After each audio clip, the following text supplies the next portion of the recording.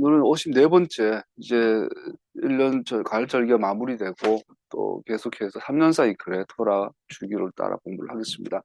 54번째 토라 공부고요. 출애굽 12장 29절에서 51절 의 말씀입니다. 우리가 지난주에는 출애굽의 패싹의 교훈, 그래서 어, 이제 패싹에 대한 그 준비하는 걸 말씀드렸고, 6월절 패스오버라고 우리가 보통 이해하지만, 사실은 히브리어적 의미에 더 들어가면 하나님의 영이 그날 밤에 넘어갔다기보다 그 집, 그 가정, 문설주에 피가 발라 있는 그 가정 위에 머물러 있었다.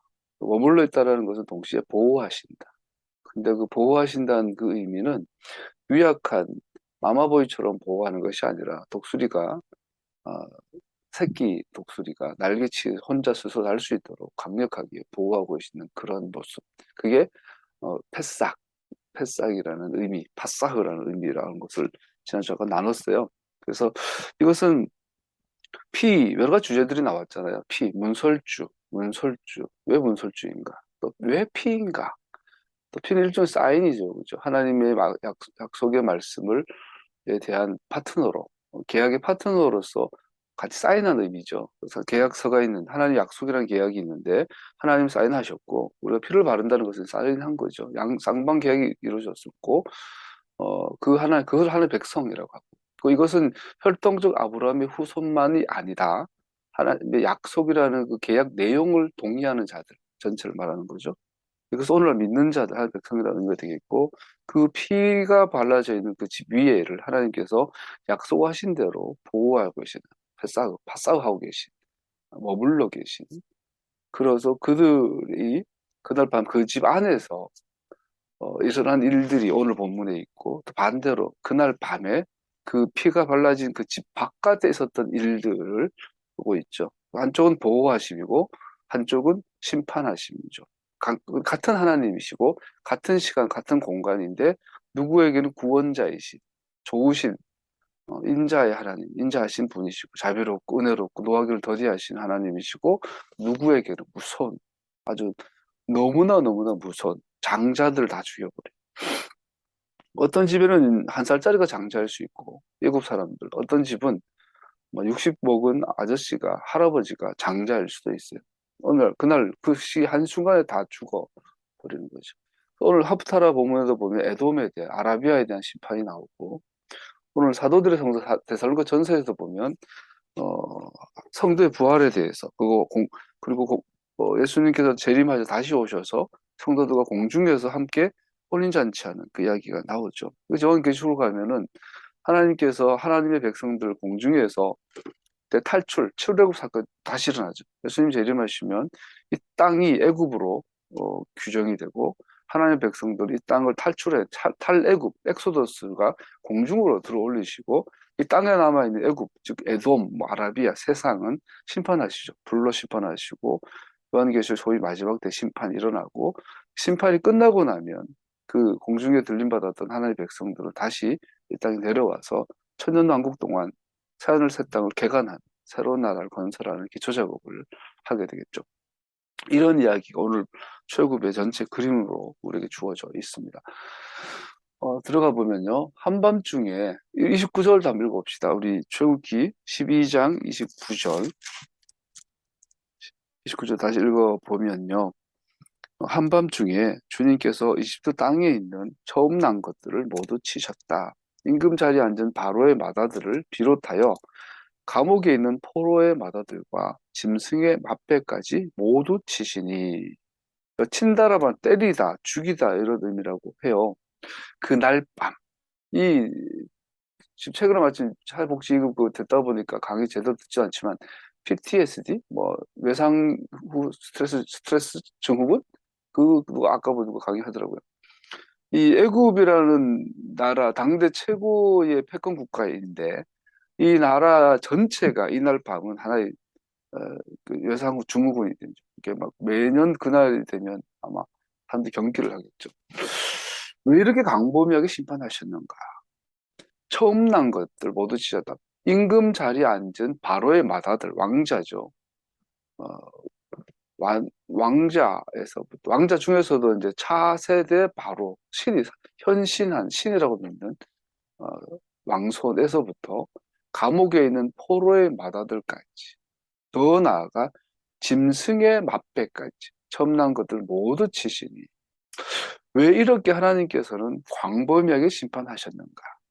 바로의 첫 아들만으로 부족했는가? 우리 질문해 볼 수 있죠. 첫 번째, 이러한 하나님의 재앙을 두고 생각해 볼 수 있는 첫 번째, 하나님이 홀로 이 재앙을 일으키신 분이라는 것을 보여주려 한다고 생각할 수 있습니다.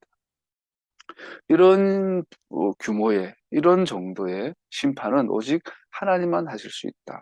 다른 재앙들, 지금까지 9가지의 재앙들은 비록 분명 생생한 것들이었지만 이집트인들에게 단순한 자연현상으로 보여줄 수도 있는 것이었다.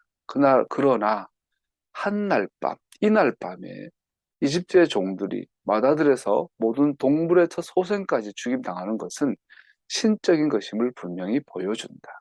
더구나 모세가 미리 그 밤에 일어날 것을 12장 12절에서 이미 예고했기에 이것은 더욱 분명한 것이다. 그래서 이날 밤에 이 엄청난 충격은 가중되는 거죠. 아, 이것은 이미 계획된 대로 된 거다. 누가? 하나님이.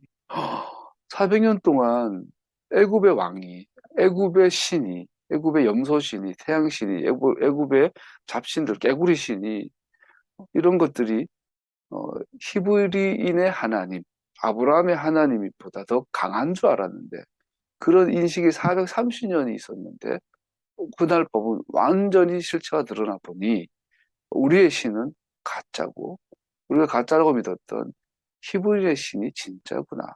그리고 그 신이 맘만 먹으면 우리 바로조차, 심지어 우리 집에 있는 토끼 새끼 한 마리조차 죽일 수 있구나. 이 엄청난 이 외상후 증후군은 애굽의 정체성을 만들어 가겠죠.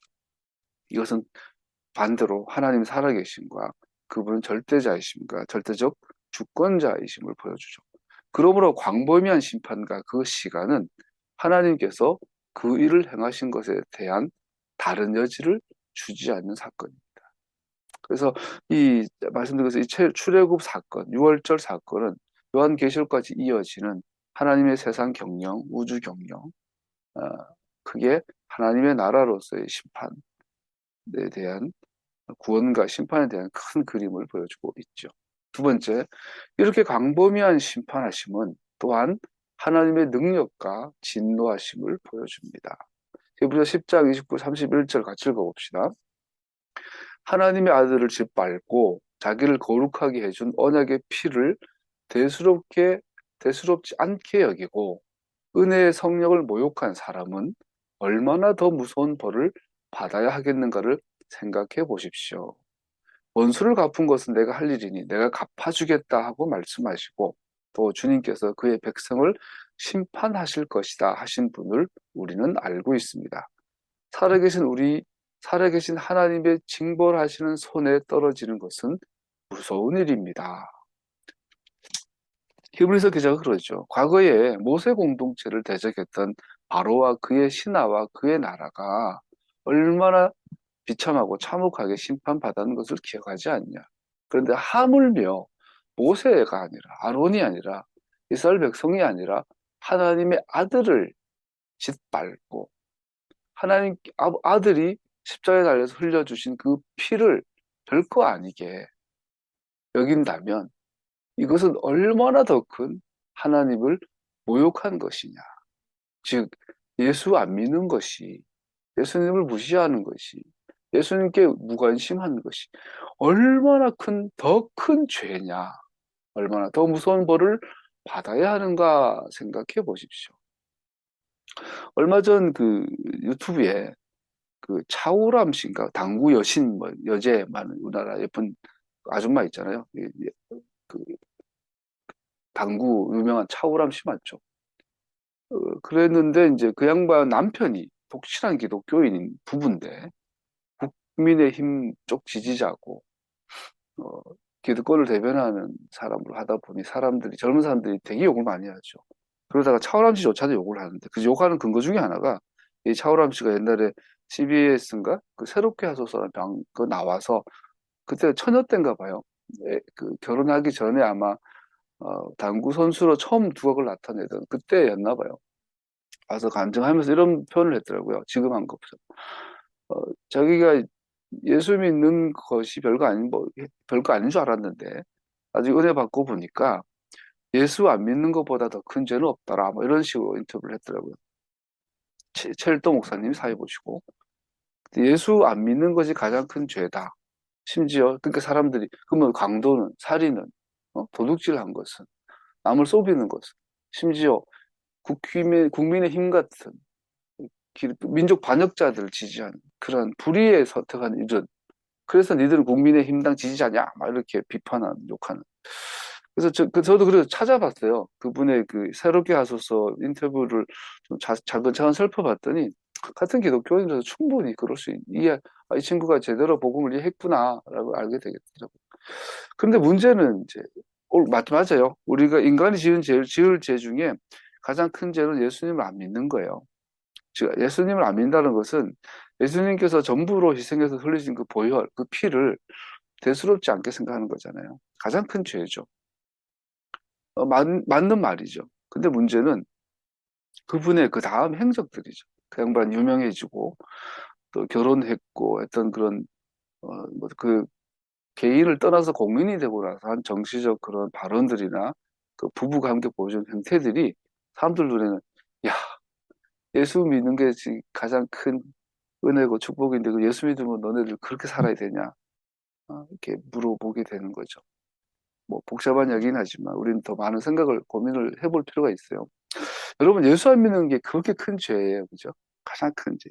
다른 말로 말하면 예수 안 믿으면 다를 잃기 때문인 거죠. 다 모든 걸 근본적인 모든 상실을 가져오기 때문에 가장 큰 죄라고 볼 수도 있겠죠. 살다 보면 하나님께서 멀리 계시고 존재하지 않는 것처럼 보일 때가 있습니다. 왜 안 믿을까요? 심지어 믿다가도 믿음이 약해지고 살다 보면 하나님 살아 계신가? 하나님이 존재하는가? 이런 생각을 우리는 계속 하게 되죠. 그러니까 인정해야 돼요. 불신자들이 하나님의 존재와 한 살아계심을 또 의심하는 것은 당연하겠지만 여러분과 제가 예수님 믿고 예수님을 개인적으로 영접하고 경험하고 하나님 성령도 체험하고 하나님 살아계심을 확신하게 되고 심지어 예수님의 십자가를 묵상하며 감사의 눈물도 흘리고 그런 여러분과 저도 그러면 그 이후로는 다시는 하나님이 살아계신 것과 그분이 역사하시는 것을 존재하고 계신 것을 의심이 안 들어야 되는 걸까요? 저는 많이 의심되는데요. 아직도 가끔씩 어쩌면 하루에 한 번 이상 하나님 살아계신 거 맞죠? 진짜 존재하시는 거 맞죠? 의심이 들죠. 그 안 들면 인간이 아니죠. 사람은 눈에 보이는 것도 의심이 드는 존재인데 금방 먹은 것도 의심이 드는 존재인데 보이지 않는 하나님이 언제나 살아계시고 언제나 역사하고 계시다라는 거, 온 우주의 주관자이신 것이 그게 항상 믿어지면 그게 사람이 아니죠. 여러분 의심이 들어야 되죠. 당연히. 문제는 의심이 들고 나서 안 돌아오는 게 문제이지. 저는 많이 의심합니다. 하나님 살아계신 거 맞죠. 그럼 말씀하신 대로 이 우주가 주님께서 요즘 구체적으로 하나님 창조가 맞아? 창조하신 거 맞아요? 심지어 이제 진화론자들의 강의를 전 일부러 찾아 듣죠.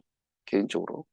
진화론자들의 강의를 일부러 찾아 듣다 보면, 듣다 보면, 당연하게 하나님 없어요. 당연하게 하나님이 창조하지 않으셨어요. 오랜 시간 우연히 돌연변이에 의해서 지금의 종들이 다양하게 이 세상이 구성이 되었다. 와, 그렇게 생각하면요. 그러니까 재미있는 현상이 있어요. 진화론자들의 뭐 우주의 그냥 태양계만 봐도 우리나라가 지구가 뺐다가 뱅뱅뱅 돌잖아요, 얘가. 근데 이 행성들마다 그게 자전하는 축과 속도가 다 달라요. 방향도 다르고. 그래서 수금지화 목, 토성만 가도 우와 신기한데 수금지화 목토 해, 명왕성이 이제 뭐 우리 행성이 아니냐 뭐 여러 가지 말이 있는데 가보면 해왕성, 명성 가면 얘들이 뒤집어져 있어요. 이 자전하는 축이 가로로 돈다고, 팽이가. 이렇게 도는 게 아니라, 이렇게 도는 게 아니라, 이렇게 돈다고. 아니, 빅뱅을 해가 폭발을 했으면 같은 방향에 같은 힘이 역학이 적용할 텐데, 한 놈은 뒤집어져 뱅뱅 돌고 있고, 자전하고 있고, 한 놈은 비스듬히 자전하고 있고, 그럼 중간에 또 다른 에너지의 변화가 있었다는 건데, 이게 뭐야? 어쨌든 하다 보면, 나중에는 처음에 얼핏 진화론자들의 요즘 뭐랄까 이제 유전학이 진화 쪽을 한 걸 보면 정말 정말 놀라운 발견들 많이 듣게 되거든요. 보고 처음에는 야 진짜 이 사람들 말이 맞나 보다. 어떻게 하나님께서 했겠어 이거를. 근데 자꾸 듣다 보면요 저절로 다시 하나님께 돌아와요. 와, 와,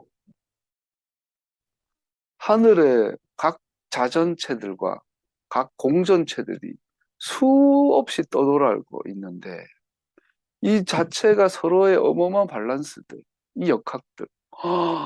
어느 순간에 오히려 요즘은 그 최근에는 어떤 단계까지 올라왔냐면 진화 과학자들의 이 강의와 동영상과 그들 이론을 듣다 보면요 토라가 너무 선명해져요. 하나님의 말씀이 너무 더 와닿고 더 믿어지고 오히려 요즘은 그래요. 그래서 일부러 더 들어요. 재밌어요. 요즘은 목사님들의 설교나 성경 공부보다 그 진화과학자들의 이 세상을 관찰한 데이터들을 설명해주는 강의를 듣는 게 나는 개인적으로 더 은혜스러워. 하나님이 더 대단하 보이고 그래요. 말씀드린 것처럼 여러분과 저는 살다 보면 하나님 의심될 때가 너무너무 많아. 맞아? 맞아? 근데 감사하게도 다시 돌아와. 성경 앞에 서면 누가 뭐 믿어라 설명해주고 그것도 아닌데 그냥 성경을 토라를 잔잔히 읽다 보면 아 그렇지 성경이 설명해주는 그 세계가 그대로 다시 한 번 더 나의 기준으로 나의 뼈로 나의 살로 다시 회복이 되는 것을 경험하게 돼요. 의심을 안 하는 게 믿음이 아니고요 의심이 들어요. 그런데 성경을 읽으면서 다시 성경의 동의가 되는 게 믿음이에요. 그래서 우리는 성경을 멀리하면 반드시 의심에서 시작해서 의심으로 끝나요. 우리 성경을 많이 읽어야 돼요. 많이 들어야 돼요. 접해야 돼요. 그리고 하나님의 자녀인지 아닌지 알 수 있는 방법이 간단해요. 성경을 읽고 들어봐요.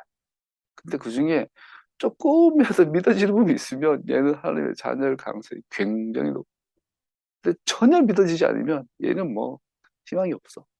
근데 제가 뭐 개인적인 견해인데 사람이라면 차분하게 분주한 여기서 민물과 아랫물을 만나듯이 차분하게 하나님 성경을 읽기만 하면 믿음이 꿈틀거릴 거예요. 그래서 지구상에 있는 모든 사람들은 하나님께서 부르셨어요. 부름받은 존재.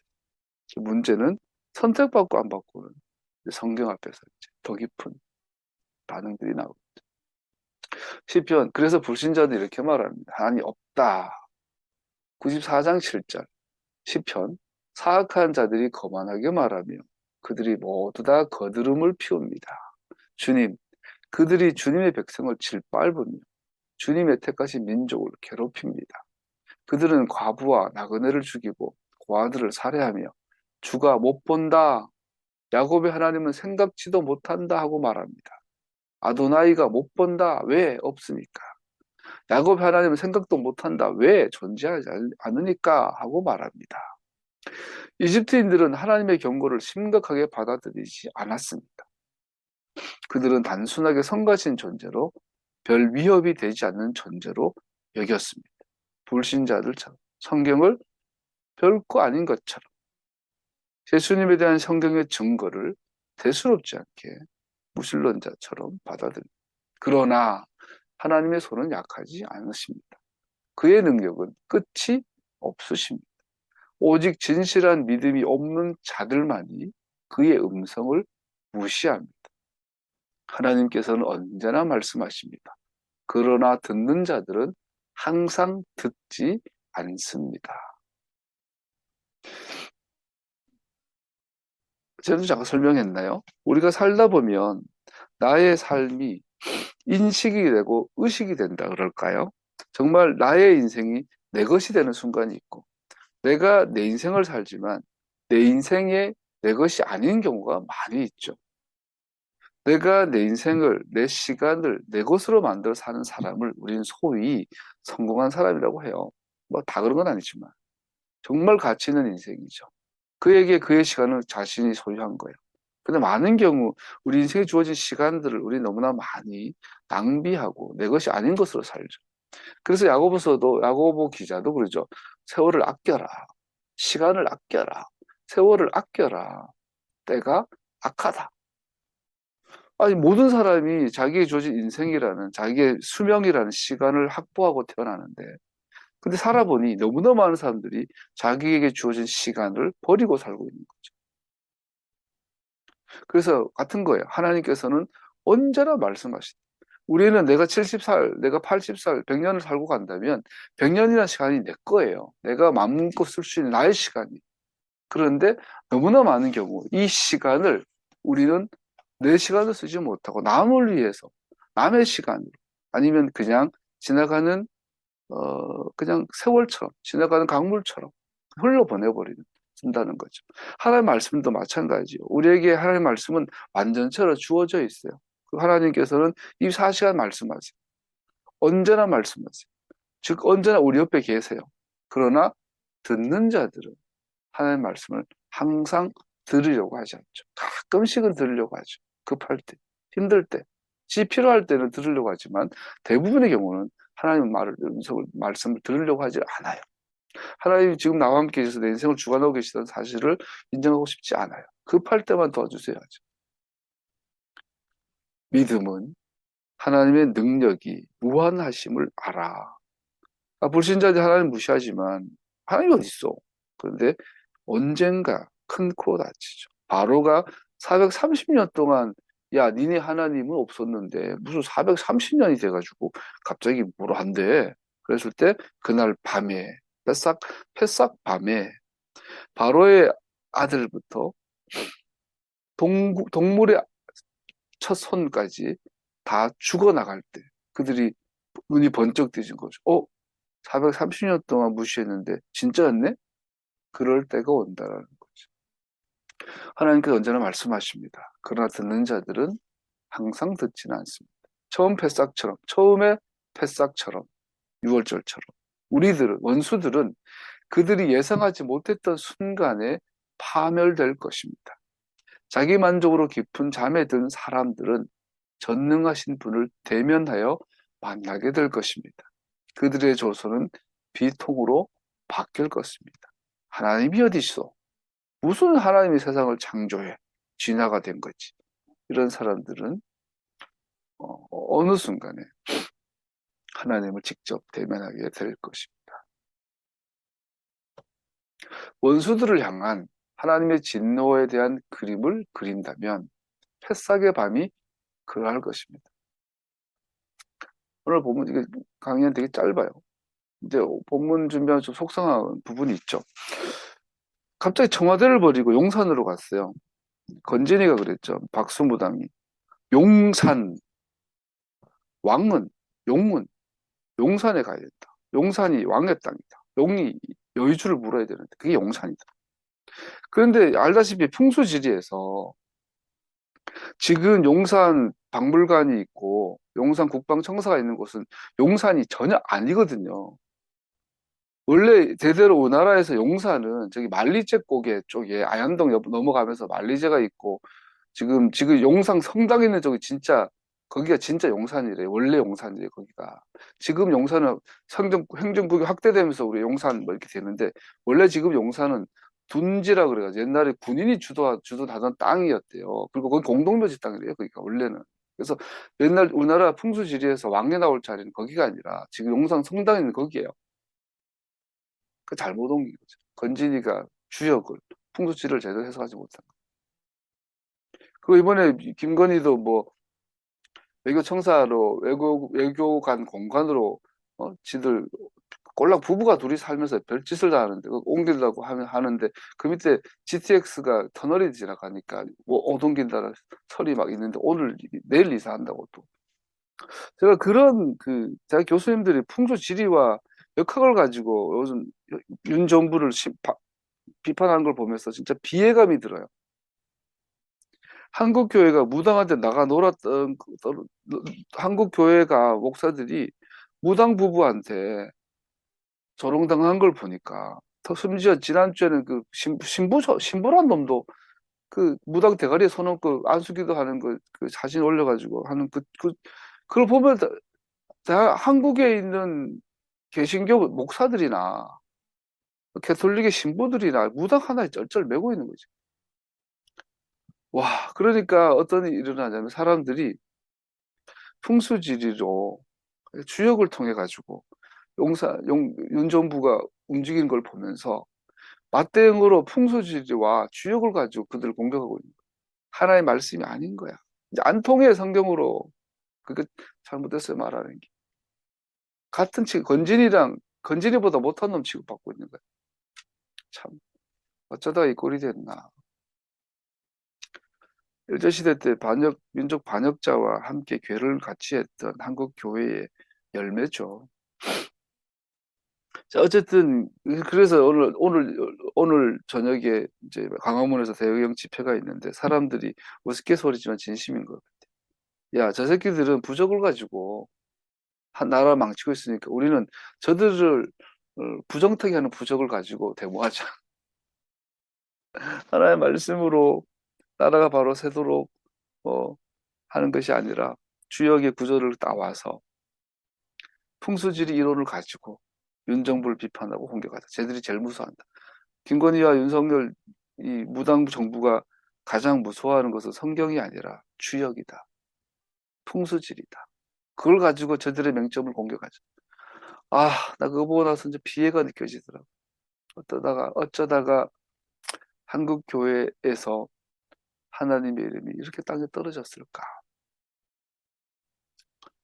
아, 그러나 우리가 오늘 본문을 통해서 기억해야 될 것, 하나님께서는 참으십니다. 그러나 끝까지 참지는 않으십니다.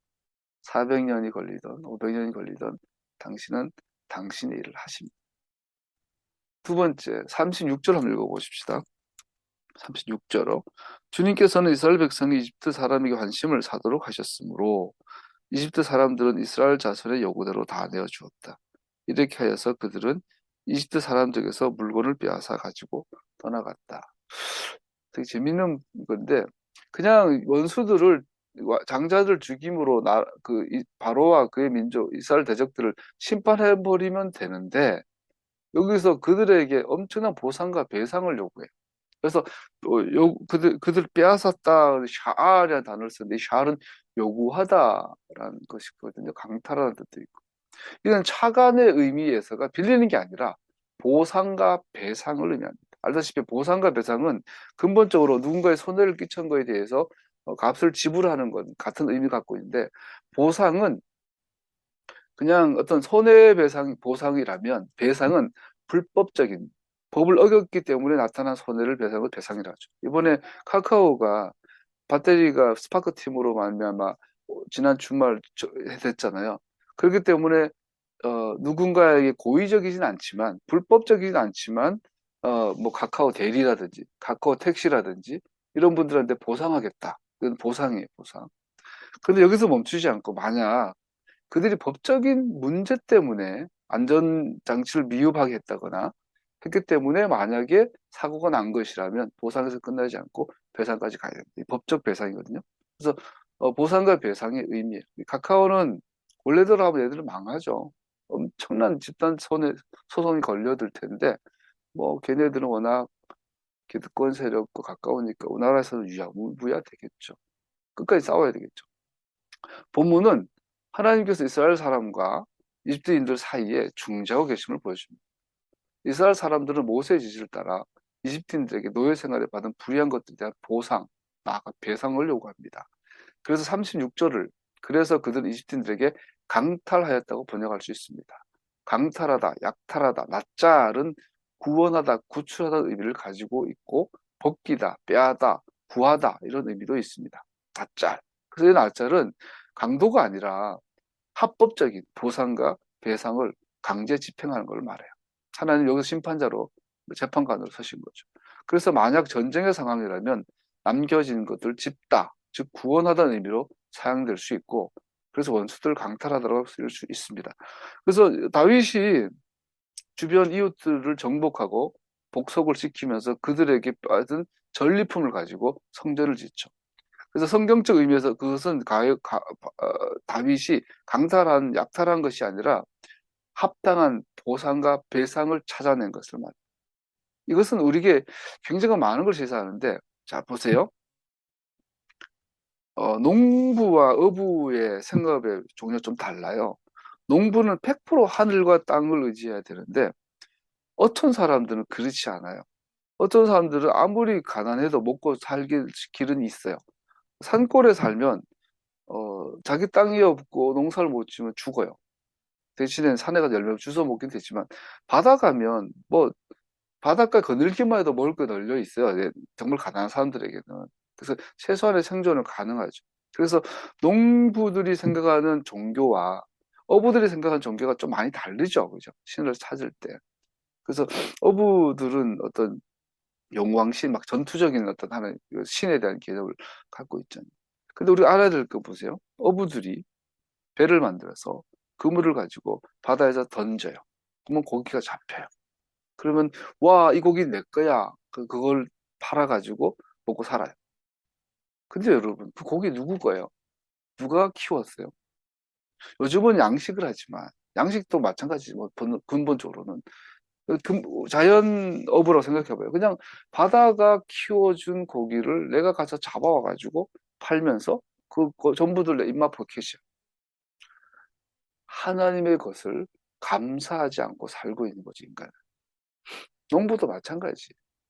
땅에 어느 날 옛날 저지도에서 용눈이 오름 밑에 그 아이들 어릴 때 지나가는데 애들 안고 없고 용눈이 오름 갔다가 내려오면서 용눈이 오름 바로 밑이 지금 모르겠지만 옛날에 거기 홍당무 당근밭이었어요. 그날 갔더니 당근이 다 수확하고 나서 당근 몇 개가 꽂혀 있는 정도인데 어, 그걸 보면서 또 어릴 때 감자를 키운 거 보면서 너무 신기한 걸 순간순간 느낄 때가 있었어요. 당근은 씨를 뿌리죠, 아마.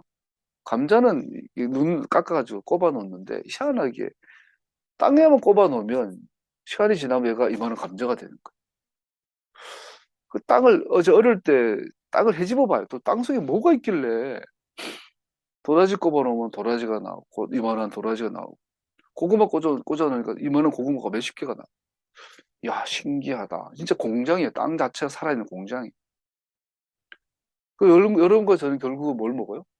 당근을 먹고 감자를 먹는데 이게 흙이잖아. 흙이 만든 걸 먹잖아. 흙을 먹잖아. 고기를 먹을 때는 바다를 먹는 것이고, 우리 작물을 먹을 때는 흙을 먹는 거예요. 흙에서 왔으니 흙을 먹다가 흙을 개어나가 살다 죽는 인간인 거죠. 근데 문제는 그것 하나님 거잖아. 내가 힘 흘려서 곡괭이질해서 밥 먹었으니까 이게 내 거라고 하면 안 되잖아. 하나님 거잖아. 근데 우리 감사하고 살지 않죠. 그래서 다윗이 불신자들, 이방인들을 정복해서 얻은 전리품으로 사실은 이게 합당한 보상과 배상에 해당하는 것이었던 거죠. 그래서 하나님이 세상의 주권자이고 심판자이심을 또 보여주는 것이기도 합니다. 예. 그래서 우리는 이 땅을 살면서 열심히 살고 열심히 뭐 해야 이래야 먹고 살지만 동시에 하나님의 것으로 내가 존재하는구나라는 것을 기본적으로 알아야 되겠죠. 오늘 짧다고 자꾸 옆으로 빠지려고 하는데 진행 빨리빨리 하겠습니다. 세 번째, 40절에서 41절로 넘어가면 마침내 430년이 끝나는 바로 그날 주님의 모든 군대가 이집 땅에서 나왔다. 430년 동안 식민지 생활을 한 거죠. 430년 동안. 이거 따지면 야곱으로부터 모세까지인 건지 아브라함 때부터 지금 모세까지인 건지는 정확하게 계산하기가 쉽진 않아요. 근데 바울이나 사마리아 오경이나 70인역을 보면 갈라디아 3장 17절 내가 말하는 것은 이것입니다. 하나님께서 이미 맺은 언약을 430년 뒤에 생긴 율법이 무효로 하여 그 약속을 피하지 못합니다. 아브라함의 언약이 있고 족장들의 언약에서부터 시내산의 계약까지가 430년일 수 있겠다. 이렇게 의식을 하고 있는 걸 볼 수 있죠. 여기서 430년이라는 시간이 왜 중요한가? 뭐 이거 설명하기 때문에 나도 잘 모르겠고 어려운데 출애굽 연대가 언제일까요? 지금 우리 지금 기준으로 출애굽은 역사상 언제가 일어났을까요? 아마 이 430년을 근거로 하면 BC 주전 1440년 BC 15세기 초중반이 돼요. BC 1440년. 왜냐하면 BC 960년에 솔로몬 성전이 건축되었다고 분명히 기록이 되어 있고요. 열왕기상 6장 1절에 보면 출애굽부터 그래서 960년이 만약에 성전 건축해라면 거기서부터 430년을 플러스하고 총 480년을 플러스하면 성전 건축하는 거 40년 플러스 해가지고 50년 플러스 해가지고 하면 1440년이 출애굽 해가 돼요. 이게 왜 중요하냐면 만약에 1440년이 출애굽한 해라면 그 해에 이집트는 나라가 멸망하는 기록이 있어야 하는 거죠. 그래서 고대 이집트의 고고학적 자료를 가지고 돌아보면 정말로 1440년에 이집트에 엄청난 정치적 격변이 기록되어 있다면 출애굽 역사적 사실이 되는 거죠. 그런데 이집트에 보면은 그런 격변이 기록되어 있지 않아요. 기록되어 있지 않지만 그 유추해 볼 수 있는 기록들이 남아 있어요. 알다시피 이집트는 고이집트, 상이집트 뭐 이렇게 여러 가지 왕조들이 연결되어 있잖아요. 그리고 역사를 기록할 때 그 왕조의 가장 수치스러운 것들은 미화해서 왜곡해서 기록하는 것이 고대 역사를 기록할 때 습관이죠. 이게 이제 우리가 이해가 잘 안 되는 게 유럽인들이나 서양인들이나 외국인들은 건축에 목숨을 걸 동안 뭐 베르사유 궁전, 뭐 성베드로 성당 이런 거에만 목숨을 걸 때 조선은 우나라 고려와 조선은 특히 조선은 기록에 목숨 걸었다. 그 우나라를 보면 우나라 건축 기술 대단해요 고대에도. 그런데 기껏해 경복궁 뭐 그냥 집 하나 그 해놓고 말아요. 근데 우리는 그 대신 그 에너지를 우리 어디에 쓰냐면 기록에 쓰죠. 그래서 전 세계에서 우리나라는 유대인들보다 더해요. 기록에 미쳤어요. 정확하게 기록하려고 하죠. 그래서 우리는 역사를 정확하게 기록한다는 이게 있는 우리나라 선진국 그런 의식은.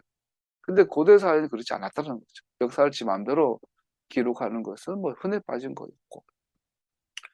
그런데 돌아보니 람세스 2세 경에 아마 어느 날 갑자기 이집트 역사의 수많은 격변과 새로운 이민족의 출현과 뭐 이런 일이 있었다. 그래서 아마 이것이 모세의 출애굽이었지 않을까라고 유추해 볼 수 있습니다.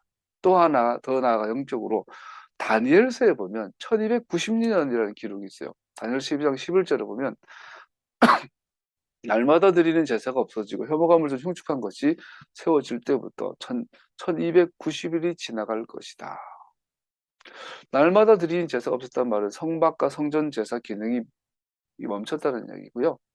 혐오감을 주는 흉축한 것, 그러니까 하나님의 성전 지성소 안에 제우스신 같은 게 부처 같은 게 세워져 있는 우상숭배를 말하죠. 1290일이 지나갈 것이다. 1335일이 지나가기까지 기다리면서 참는 사람은 복이 있을 것이다. 너 다니엘아, 너는 끝까지 신실하여라. 너는 죽겠지만 끝날에는 네가 일어나서 내게 돌아올 보상을 받을 것이다. 1290년은 이 430년 출애굽까지의 이 여정이 세 번 다 하면 1290년이에요. 그런데 성경 기록에 가면 재미있는 것은 다윗 시절에 언약궤가 아리우나의 타작마당에서 예루살렘 성전으로 돌아오죠. 언약궤가 이전하는 그 기간 그때까지를 430년. 또 성전 이전의 기간, 솔로몬 성전이 지어지고 그 성전 이전의 기간도 430년. 성전 재건 이전의 기간. 다니엘이 포로기 인물이잖아요. 포로기가 끝이 나고 스룹바벨이 돌아와서 성전을 재건하는데 그때까지 기간이 430년.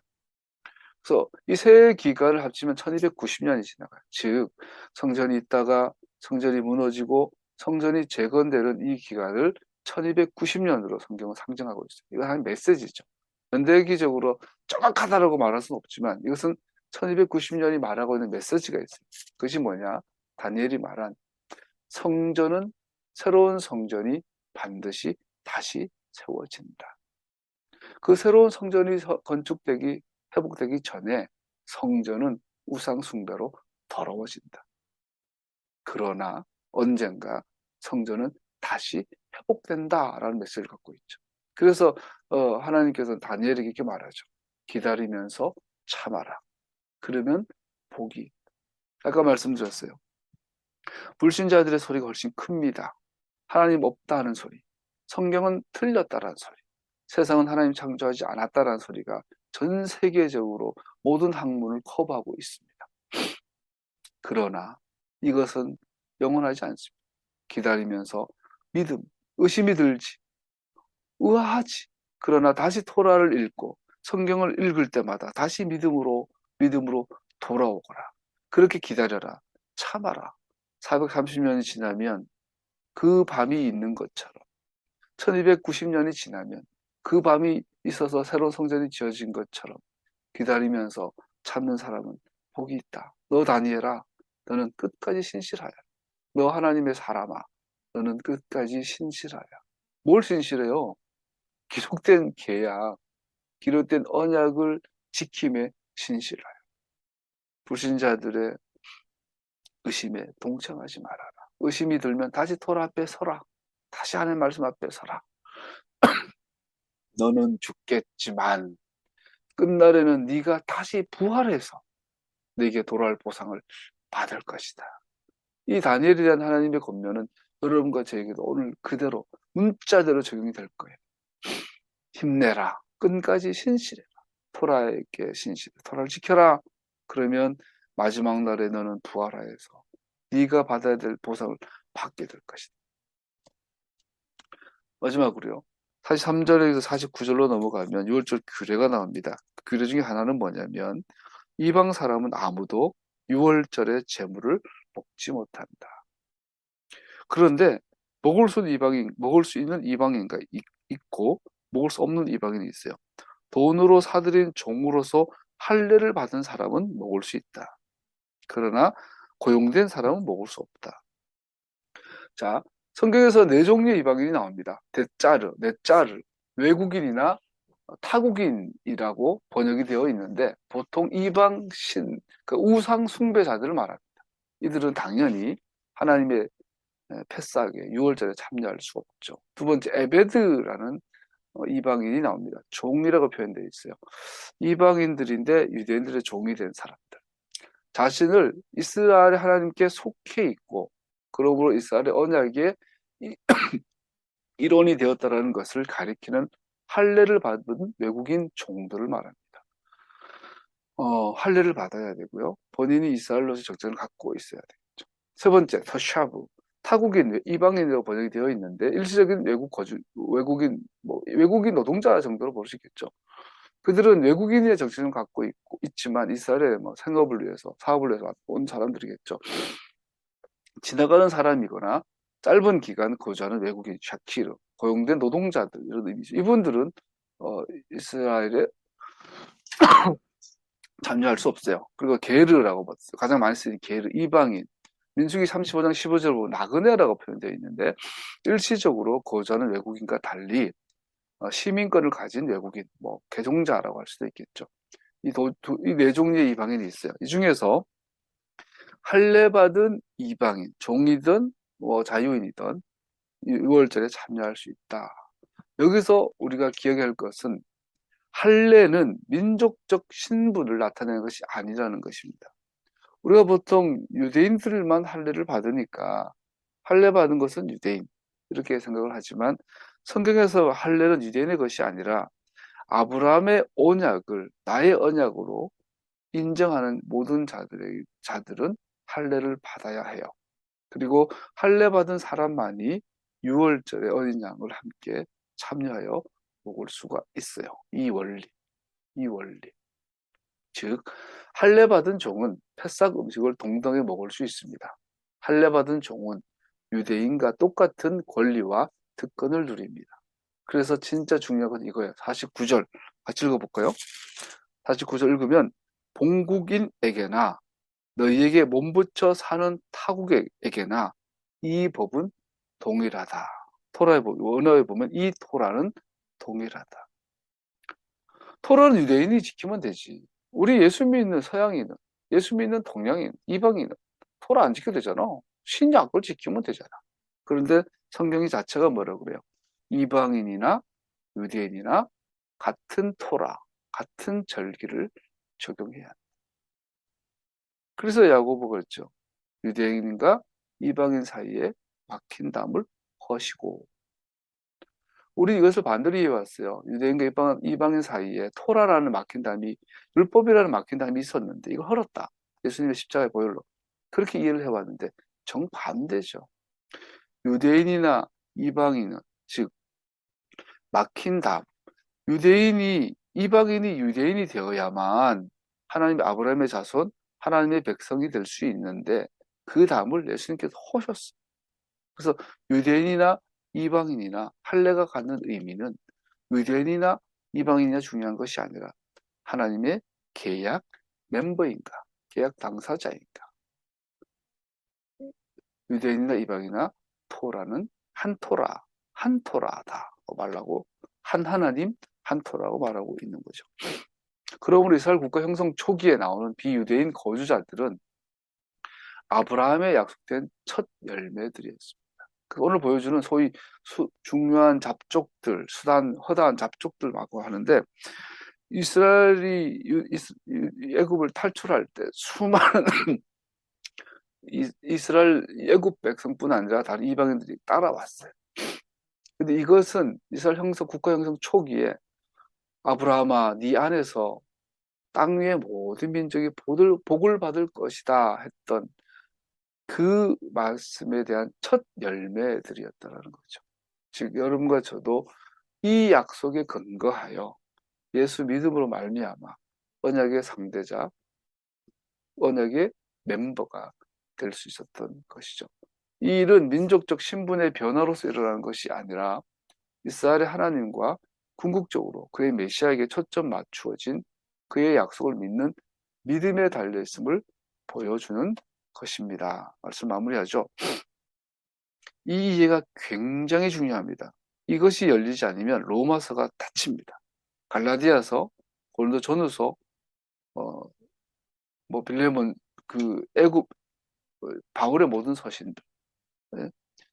복중서신, 목회서신 다 열리지 않아요. 히브리서가 열리지 않아요. 말했지만 사도 바울이 말했어요. 내가 전한 복음 외에 다른 복음을 전하면 천사라도 저주받아라. 근데 알다시피 그 다른 복음을 말하고 천사라도 저주하겠다고 했던 이 어마무시한 이 사도 바울의 경고를 했던 그때는 사도 베드로를 비판한 직후예요. 베드로가 예루살렘에서 안디옥으로 온 유대인들과 한지 밥 먹을 때 이방인들하고 밥 먹다가 유대인들 내려오니까 안 먹은 척하고 도망가요. 그리고 가서 나는 이방인하고 밥 먹은 척 없어 하고 위선의 행동을 떨 때에 사도 바울이 야 정신 차려 베드로, 네가 교회의 최고 리더라고 말하는 네가 그딴 식으로 행동하면 되겠어? 하면서 내가 전한 복음 외에 다른 복음처럼 다 저주받아야 돼. 베드로 너도 저주받을 수 있어. 이렇게 할 수 있는 거죠. 무서운 일. 근데 그 다른 복음이 뭐냐 이거예요. 구원은 유대인이 되어야 한다. 하나님의 자녀가 되려면, 즉 오는 세상에 하나님의 자녀로 남아있으려면 유대인이 되어야 해요. 그래서 유대인이 될 수 있는 방법은 하나밖에 없어. 개종해야 돼. 개종했다는 증거가 뭐야? 할례받아. 할례가 그 예수님 당시에 할례는 아브라함의 할례도 있지만 이방인들에게 요구한 할례는 아브라함의 할례가 아니라 개종자 의식으로서의 할례였던 거죠. 그래서 예수도 믿지만 그 할례를 받아라고 하는 그것을 다른 복음이라고 한 거예요. 그거를 가르치는 자들 사도 바울이 거짓 선지자라고 한 거예요. 베드로에게 경고하는 거죠. 너는 한순간에 거짓 선지자가 될 수도 있어. 그 복음을 전하면 네가 아니라 천사라도 저주받아. 내가 전한 복음은 오직 그리스도의 십자가의 은혜로만 아브라함의 자녀가 되는 거야. 믿음. 오직 믿음으로 이 말을 한 거죠. 그래서 이 근거가 어디에 오냐? 지금 오늘 본문에 수천 년 전에 돌아가는 거죠. 돌아가서 애굽 사람이지만 이방인이고 우상 숭배자지만 이스라엘에 와서 아브라함의 하나님을 영접하고 그가 약속 맺었던 그 쌓이는 할례를 받은 사람들은 6월절 어린 양의 살을 떡을 함께 먹을 수 있어라고 말합니다. 그것을 이렇게 이해하게 되는 거죠. 그렇다면 오늘날 우리에게도 마찬가지예요. 참 복음이 뭐냐? 복음의 정수가 뭐냐? 거죠. 그래서 오늘날은 기독교로 와서 그게 정반대의 논리가 되어버렸어요. 유대인이 되어야 될 필요가 없고, 어? 유대인은 토라 유대인의 것이고, 하나님은 교회를 선택하고 이스라엘을 버렸고, 교회가 이스라엘이 영적 이스라엘이야. 이런 회개한 논리를 만들어내 버린 것이죠. 그러나 이 마지막에 하나님께서는 토라를 회복하고 절기를 회복하는 메시아닉 운동을 일으키심으로 말미암아 하나님의 에클레시아를 반석 위에, 내가 내 에클레시아를 이 반석 위에, 이 토라 위에 세우겠다. 사도들과 선지자들의 터 위에 회복하시겠다는 것을 실제로 회복하고 있는 모습을 보게 됩니다. 그런 것은 이런 시대적, 우리나라 안에, 대한민국 안에서 시대적 사명뿐 아니라 온 지구적, 우주적 시대적 사명도 가졌으면 좋겠어요. 눈을 들어 영국을 보십시오. 프랑스, 독일, 스코틀랜드, 스위스, 미국, 또 아시아의 교회들을 보십시오. 세계 모든 교회들이 갈 길을 잃어버렸습니다. 토라로 돌아온 것이 하나님의 교회가 회복할 유일한 방법. 이것이 토라 회복되는 것이 가장 강력한 마지막 때라는 증거가라고 생각합니다. 여러분과 저는 이 시대뿐 아니라 온 우주적, 지구적 시대적 소명을 가지고 이 땅에 태어났다. 민족의 무한 부흥과 발전 그런 그렇게 사명감을 가지고 살기를 축복합니다. 기도하겠습니다.